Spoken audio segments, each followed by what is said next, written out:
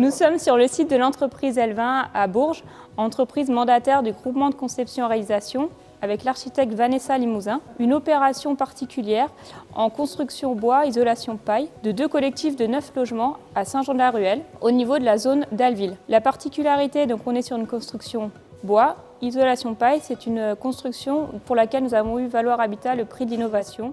Alors, un matériau biosourcé, c'est un matériau issu de matières naturelles, végétales ou animales, qui n'est pas transformé et qui est produit localement. Donc c'est des matériaux qui rejettent peu de CO2 et donc qui sont conformes aux réglementations thermiques qu'on doit mettre en œuvre aujourd'hui.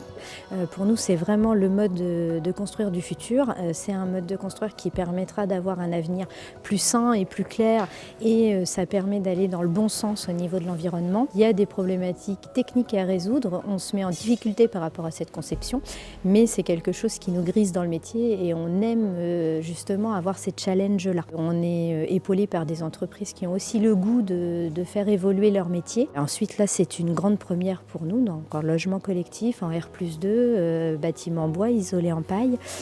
Donc au niveau régional, c'est une première.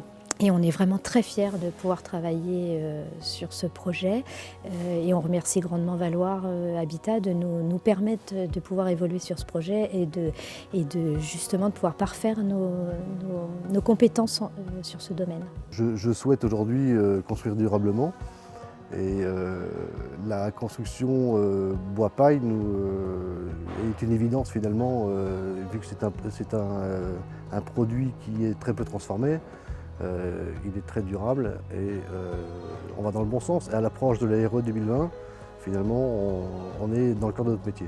Nous fabriquons les murs suivant les règles professionnelles de la construction paille, en globalement 11 étapes, mais principalement du coup, le débit des pièces de bois, l'assemblage sur épure, le panotage avec l'OSB contreventant qui sera après étanché à l'air directement sur épure, qui sera complété sur chantier, et on met une étanchéité provisoire à l'eau avec un pare-pluie. Ensuite, on le transfère sur notre épure, on va le remplir en bottes de paille avec différentes techniques. On met par-dessus donc un fermacelle qui protégera le mur au feu lors de l'utilisation. Et enfin, un dernier pare-pluie qui va venir recouvrir définitivement le mur et le protéger de l'eau. On lève avec un palan, on sort les bois et on les stocke ou on les range sur le camion directement, on les charge pour envoyer sur chantier. Nous devons maîtriser absolument l'hygrométrie dans la paille et la densité de la botte de paille. On doit tester déjà 10 bottes au départ et après 1 sur 20.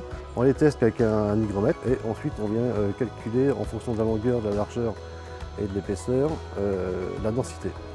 C'est sûr qu'une volonté comme celle de Valoir Habitat est un tremplin pour nous. Finalement, ça nous permet de développer très rapidement une nouvelle technique sur un grand volume et heureusement qu'il y ait des entreprises comme ça pour qu'on puisse nous développer nos techniques.